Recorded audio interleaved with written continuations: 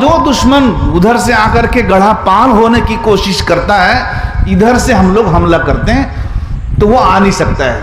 تو گڑھا جب چاروں طرف کھود دیں گے تو یہ زیادہ محفوظ ہوگا. اگر آپ لوگ اس کو منظور کر لیں گے، میری ایک رائے ہے، اگر آپ لوگ اس کو منظور کر لیں گے تو ٹھیک ہے. تو صحابہ کرام رضوان اللہ تعالی علیہم اجمعین سے نبی پاک صلی اللہ علیہ وسلم نے پوچھا کیا بولتے ہو؟ حضرت سلمان فارسی رضی اللہ تعالیٰ عنہ یہ مشورہ دیتے ہیں، آپ لوگ قبول کرتے ہیں؟ سب نے کہا ہاں ہم قبول کرتے ہیں. نبی پاک صلی اللہ علیہ وسلم نے قبول کر لیا. ٹھیک ہے، چلے گئے اور تیاریاں شروع کر. اب گڑھا کھودنا ہے، اب چاروں طرف میں سے تینوں طرف گڑھا کھودنا ہے. لمبا داستان ہے، گڑھا کھودا جا رہا ہے، بڑی پریشانیاں ہو رہی ہے. کبھی کبھی گڑھا کھودتے کھودتے پتھر بھی آ جاتا ہے. تو ایک جگہ تو ایسا پتھر بھاری بھرکم نکلا کہ صحابہ کرام رضوان اللہ تعالی علیہم اجمعین نے آ کر نبی پاک صلی اللہ علیہ وسلم سے شکایت کی، یعنی خبر دی کہ یا رسول اللہ ایک پتھر ایسا بیچ میں کھودتے ہوئے آ گیا ہے، ہم اس کو کیسے کاٹیں گے؟ اس کو ہم سے نہ اٹھائیں گے، وہاں سے گڑھا ہمارا آگے جائے گا یا گہرا ہوگا، وہ تو بہت بھاری پتھر ہے. نبی پاک صلی اللہ علیہ وسلم تشریف لے گئے، کہا کہ لاؤ پھوڑا مجھے دو. دیکھیں کتنے بڑے، مگر گڑھا کھودنے میں شامل ہو رہے ہیں. ہم لوگ اگر ہوتے نہیں، ہم لوگ بڑے ہیں، ہم لوگ جائیں کام کرنے کے لیے، مگر دیکھیے تشریف لے گئے، پھوڑا لیا. پھوڑا لے کے آنے کے بعد اللہ اکبر کہہ کر کے ایک چوٹ ماری نبی پاک صلی اللہ علیہ وسلم. اس ایک چوٹ کا مارنا تھا کہ پتھر جو ہے دو ٹکڑا ہو گیا. اب یہ تو اللہ کی شان ہے نا، یہ اللہ کے رسول صلی اللہ علیہ وسلم کا معجزہ ہے. صحابہ کرام مار مار کر کے تھک گئے، کلاڑی ہو یا پھوڑا ہو یا کوئی بھی ہو، اس زمانے کا ہتھیار جو بھی ہو، مگر ٹس سے مس نہیں ہو سک رہا تھا. مگر آپ کی ایک چوٹ، اس سے روشنی نکلی، چوٹ سے روشنی نکلی، اور اس روشنی میں اللہ تعالی نے اپنے حبیب صلی اللہ علیہ وسلم کو دکھلا دیا. ملک شام کے کنگورے کوسوں دور ہے، مگر وہاں پر دکھا دیا، سب یہیں سے ہی دیکھ لیا. تو اس وقت نبی پاک صلی اللہ علیہ وسلم نے بشارت بھی دے دی. بشارت کہتے ہیں خوشخبری بھی دے دی اپنے صحابہ کرام کو کہ ایک دن ہوگا، ایک زمانہ ایسا آئے گا، ایک وقت ایسا آئے گا کہ تم ملک شام بھی فتح کر لو گے، بیت المقدس بھی تم لوگ فتح کر لو گے. ابھی کچھ نہیں ہوا ہے، مگر یہ پیشین گوئی ہے. اب اس پیشین گوئی کو سن کر جو منافقین تھے وہ مذاق اڑانے لگے. بولا ابھی تو کھانے نہیں ملتا ہے، اب ان کو ملک شام نظر آ رہا ہے خواب میں، ملک شام پھر یہ لوگ فتح کریں گے. ان کو جو ہے یقین نہیں، وہ تو منافقین ہی تھے نا. منافقین اسی کو کہتے ہیں کہ کلمہ صرف زبان میں ہے، دل میں کلمہ نہیں ہے. تو وہ لوگ جو ہے مذاق اڑانے لگے کہ دیکھیے ابھی ان کو کھانے نہیں مل رہا ہے، پینے نہیں مل رہا ہے، بھوک سے ان کی حالت خراب ہے، گڑھا نہیں کھود سک رہے ہیں، پیٹ میں پتھر باندھ کر کے گڑھا کھود رہے ہیں، کھانے ٹھیک سے نہیں مل رہا ہے، اور یہ ملک شام کی بات کر رہے ہیں کہ ہم لوگ بیت المقدس فتح کریں گے. ان کا رسول ایسا ہے جو خوشخبری دے رہا ہے. بتاؤ ایسا کبھی ہو سکے گا؟ تو جو پھسیا ایمان والے، نئے ایمان والے تھے، ان کی باتوں میں آ جاتے تھے، اور جو مضبوط ایمان والے تھے وہ نہیں آتے تھے. بولے کوئی بات نہیں، جب ہمارے رسول نے فرما دیا ہے تو ایسا ضرور ہوگا. یقین تھا کامل. یقین کامل کا نام ہی تو ایمان ہے نا. ایمان صرف ایسا نہیں ہے کہ آدمی زبان سے بول دے لا الہ الا اللہ محمد رسول اللہ، مومن ہو گیا. ارے زبانی مومن ہو گیا، زبان سے پڑھ لینے سے زبانی مومن ہو گیا. میں ہمیشہ زبانی مومن بولتا ہوں اس کو، زبانی مومن ہو گیا. مگر قلبی مومن ہوا کہ نہیں ہوا ہے تو خود اپنا فیصلہ کر. اس لیے کہ قلبی مومن تو ہے کہ نہیں ہے کوئی دوسرا آدمی نہیں بول سکے گا. میں یہ کلمے کو صرف زبان سے نہیں بول کے دل سے بھی بول رہا ہوں، میں اور اللہ، اس کے علاوہ تیسرا کوئی جان سکے گا؟ کوئی آدمی نہیں جان سکے گا۔ ارے دل کی بات کون جانتا ہے؟ صرف اللہ ہی جانتے ہیں، یا پھر دل جس کا ہے وہ جانتا ہے۔ اس لیے قلبی مومن ہونے کے لیے ضروری ہے، یعنی مومن یہ کلمہ زبان سے نکلتا ہے تو یہ کلمہ دل سے بھی نکلتا ہے کہ نہیں نکلتا ہے، وہ خود فیصلہ کرے گا۔ اور اس کو چاہیے کہ مجھے یہ کلمہ جیسے میں اوپر سے نکال رہا ہوں ایسے ہی اندر سے بھی میرا یہ نکلے، یعنی دلی طور پر، قلبی طور پر میں ایماندار ہوں۔ ہر شخص کوشش کرنا چاہیے، اب چاہے اس میں مرد ہو عورت ہو کوئی بھی ہو، ہر آدمی مرد عورت، ان کو یہ کوشش کرنی چاہیے کہ میرا ایمان، میرا کلمہ یہ سب دل سے ہی نکلنا چاہیے، زبان سے، صرف زبان سے نہیں، صرف زبان سے ہو مگر صرف زبان سے نہیں، بلکہ اس کے ساتھ ساتھ قلبی آمازش، یعنی اس کی آزمائش، اس کی ملاوٹ قلب سے ہونی چاہیے۔ تو جب منافقین نے یہ کہا کہ دیکھو ابھی کھانے نہیں مل رہا ہے اور یہ لوگ جو ہے بات کر رہے ہیں کنگور کی، یعنی جو وہاں مورتی کھڑا تھا، جو فارس جس میں آگ جل رہی تھی ہمیشہ سے، 100 سال سے آتش کدہ ہے، وہ آگ جل رہی ہے، مجوسی لوگ اس کی پوجا کیا کرتے ہیں، کبھی آگ بجھی نہیں ہے، مگر اچانک جب وہ آگ ایک مرتبہ بجھ گئی، کب بجھی؟ جب نبی صلی اللہ علیہ وسلم کی پیدائش ہوئی، جب آپ دنیا میں تشریف لائے، نبی نہیں بنائے گئے بلکہ آپ دنیا میں جب پیدا ہوئے ماں کے پیٹ سے، تو پیدا ہونا تھا، آمنہ کے گھر میں زمین میں گرنا تھا، تو سالوں سال سے جلتی ہوئی آگ جو ہے وہ بجھ گئی اچانک۔ اور وہ جو 14 کنگورے تھے، کنگورے کہتے ہیں بڑے بڑے بت، سب بت مورتی، وہ سب اوندھے ہو کے گر گئے خود بخود۔ یہاں مکے میں آپ پیدا ہو رہے ہیں، آپ پیدا کہاں ہوئے؟ مکے میں نہ مدینے میں؟ مکے میں پیدا ہوئے ہیں، مدینہ تو بعد میں گئے ہجرت کر کے۔ 13 سال آپ نبوت کے بعد، 13 سال آپ صلی اللہ علیہ وسلم مکے میں تشریف فرما ہوئے۔ جب کفار نے ستایا، ظلم کیا، تو اللہ کا حکم آیا کہ اب چلے جاؤ، ہجرت کر کے چلے جاؤ۔ پہلے مدینے کا حکم نہیں تھا، بعد میں چل کر کے ہجرت کا حکم ہو گیا آپ صلی اللہ علیہ وسلم کو کہ آپ مدینہ چلے جائیں، اس لیے کہ وہ بہت ہی سیف جگہ ہے آپ کے لیے، بہت ہی سیف، یعنی وہ اس میں حفاظت ہے۔ اور اس کے پہلے سب حج کرنے آتے تھے تو آپ صلی اللہ علیہ وسلم ان لوگوں سے معاہدہ بھی کرتے تھے مکے میں، اور وہ لوگ دعوت بھی دیتے تھے کہ آپ کو یہاں بہت تکلیف ہوتی ہے، لوگ آپ کو تکلیف پہنچاتے ہیں، راستے میں کانٹا بچھاتے ہیں، نماز پڑھتے ہیں تو اونٹ کی اجڑی ڈال دیتے ہیں، گالم گلوچ کرتے ہیں، آپ کو جو ہے صحیح طریقے سے قرآن پڑھنے نہیں دیتے، خانہ کعبہ آپ کے لیے ایک دم بند رہتا ہے، مسجد حرام آپ کے لیے کھلتا نہیں ہے، آپ وہاں 2 رکعت نماز نہیں پڑھ سکتے، آپ دین اسلام کو وہاں پھیلا نہیں سکتے، کفرستان ہے یہ آپ کے لیے، حربستان ہے، لہذا آپ ہمارے ہاں تشریف لائیں، ہمارے یہاں مطلب مدینہ آ جائیے، ہم وعدہ کرتے ہیں آپ مدینہ آ جائیں گے تو ہم آپ کی بھرپور مدد کریں گے، بھرپور۔ اور واقعی انہوں نے ایسی بھرپور مدد کی کہ اس کی مثال آج نہیں کوئی دے سکتا ہے، اسی لیے ان کا نام ہی پڑ گیا کیا؟ انصار۔ انصار، انصار کے معنی ہی ہے مدد کرنے والے، ناصر کی جمع ہے انصار، انصار کے معنی مدد کرنے والے۔ اور یہاں سے جو گئے تھے مکہ سے جو گئے تھے ان کا نام پڑ گیا مہاجر۔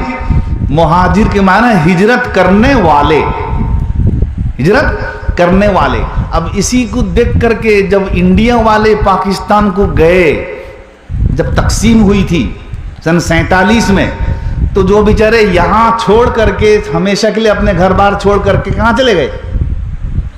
پاکستان چلے گئے۔ ان کا نام کیا پڑ گیا؟ مہاجر. آج بھی مہاجر کہتے ہیں ان کو وہاں پر.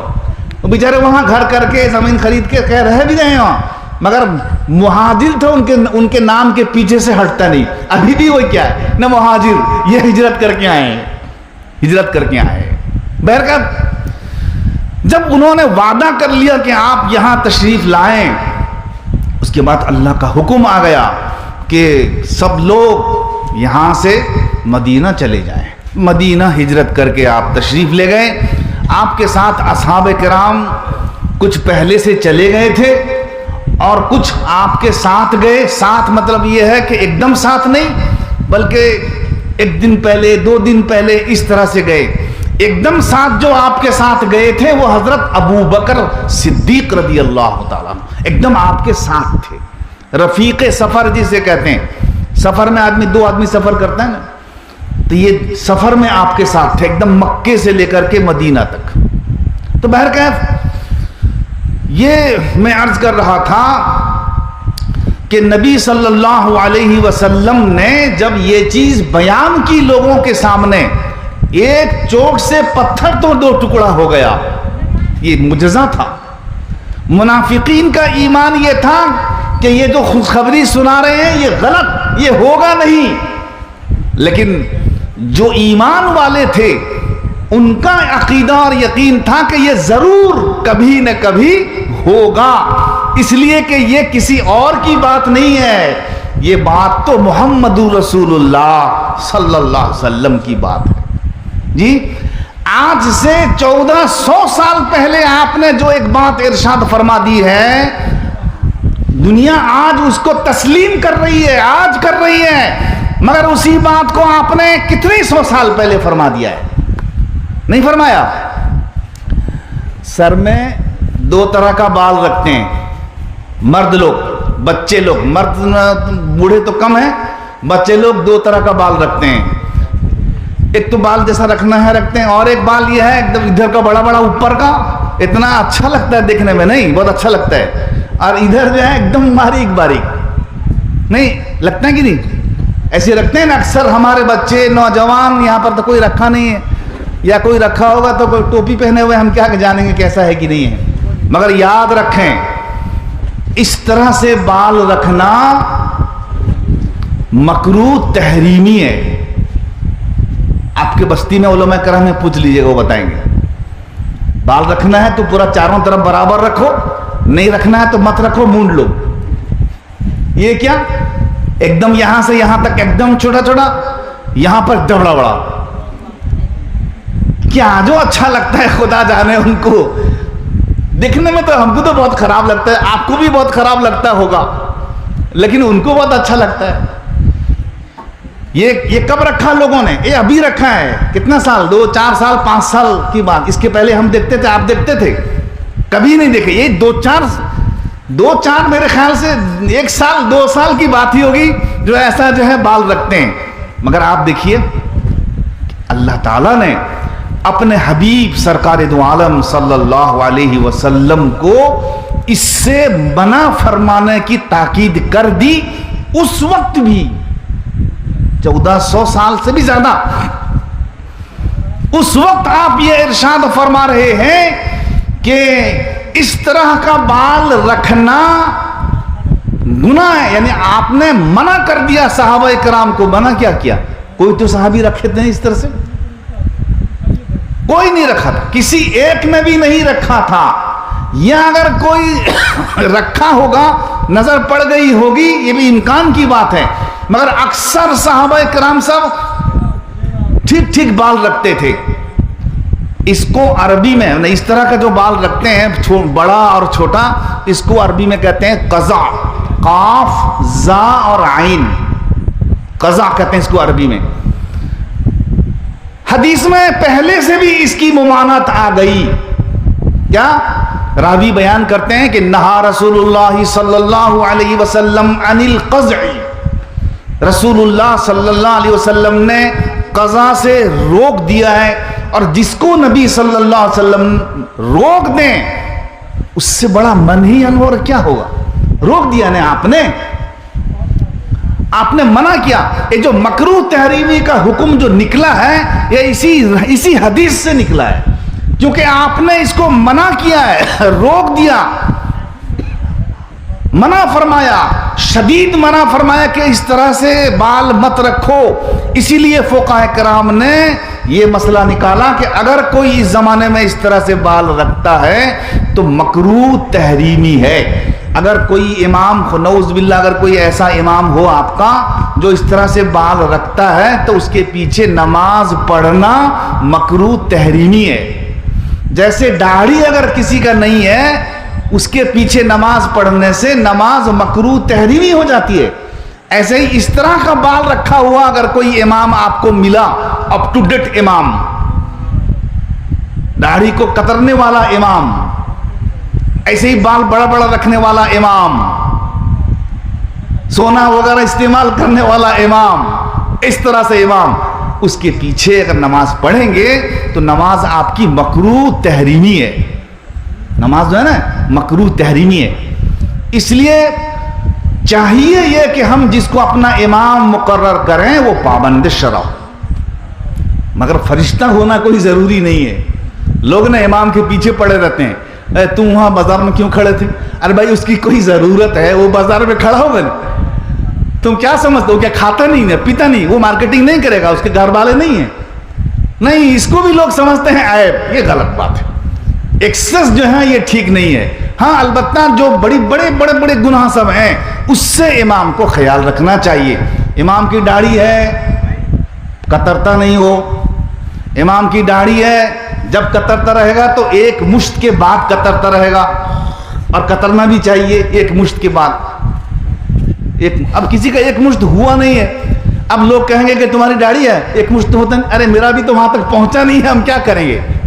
تو اس لیے اس چیز کا خیال, جس کا خیال کرنا ضروری تھا اس کا نہیں کرتے, اور جس کا خیال کرنا ضروری نہیں اس کا کر لیتے ہیں. بات سمجھ میں آئی رہی ہے؟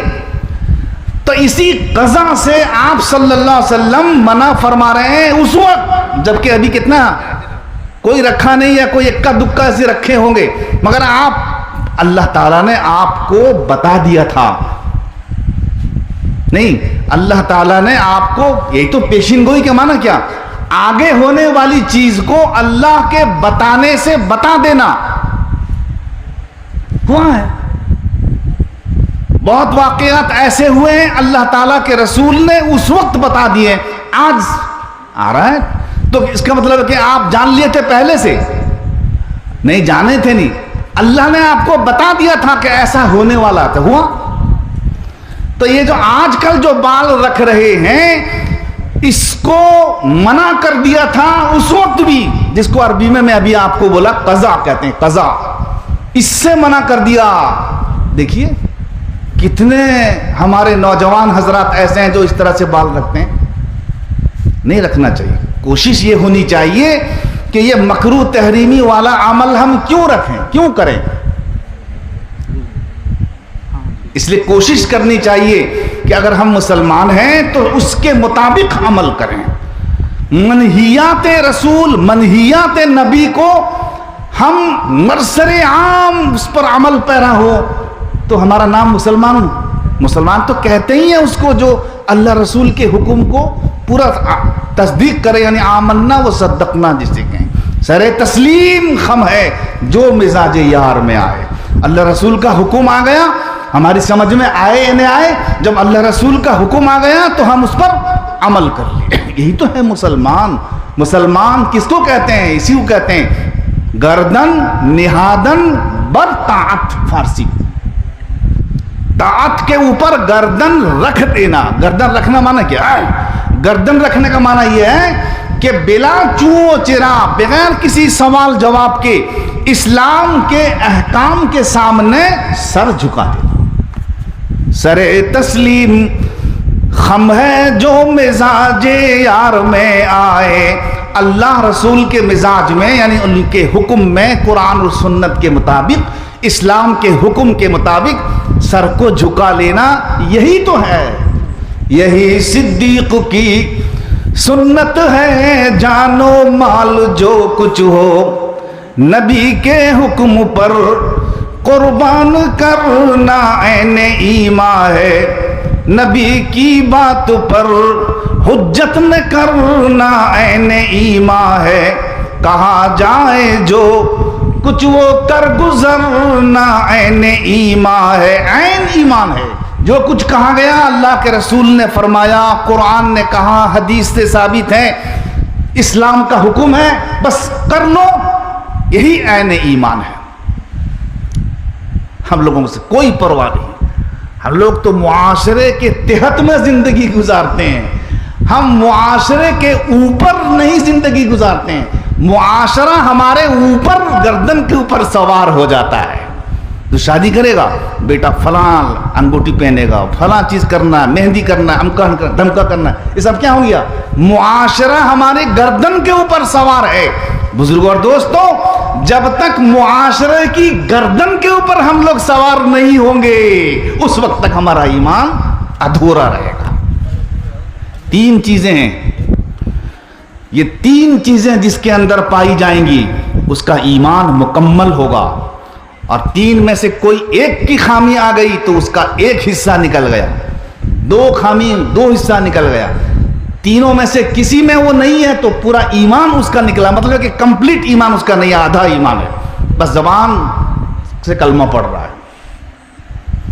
نمبر ایک، ان یکون اللہ ورسولہ احب الیہ مما سواہما۔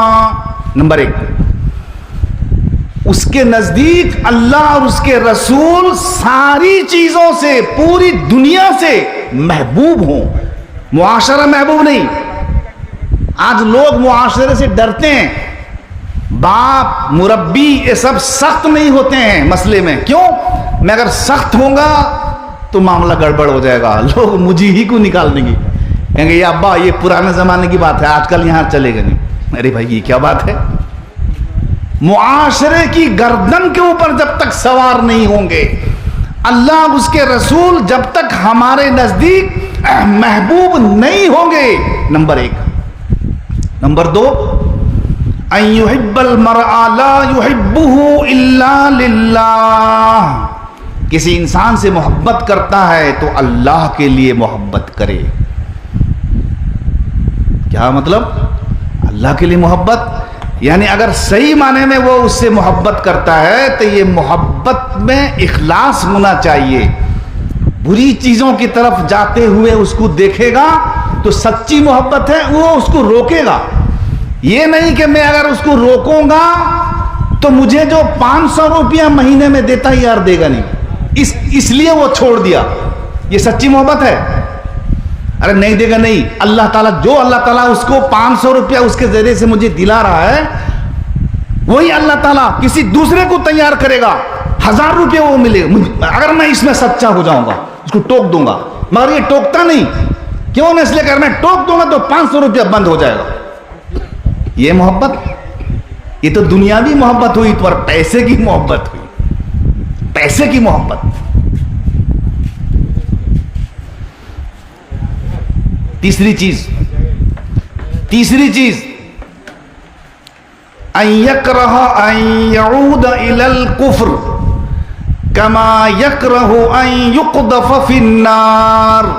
تیسری چیز، کفر کی طرف لوٹنے کو وہ ناپسند کرے، جس طرح سے اس بات کو ناپسند کرتا ہے کہ وہ اس کو آگ میں ڈال دیا جائے۔ کون آدمی چاہتا ہے کہ مجھے آگ میں ڈال دیا جائے؟ پسند کرے گا؟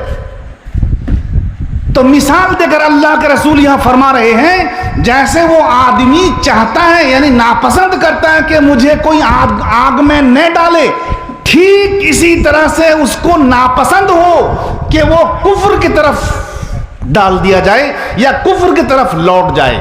کفر کہتے ہیں ناشکرانہ زندگی، کفران نعمت، مگر ہمارے اندر یہ چیز نہیں ہے، تو ہر آدمی فیصلہ کر لے۔ اگر ان تینوں چیزوں میں، بخاری شریف کی روایت ہے یہ، اگر یہ تینوں چیزیں میں وہ کمپلیٹ نہیں ہے تو اس کا ایمان آج بھی ادھورا ہے۔ حدیث تو کہتی ہے کہ ایمان ختم، مگر فقہاء کرام کہتے ہیں کہ نہیں، ایمان ختم نہیں ہے، بلکہ ایمان جو ہے مکمل نہیں ہے،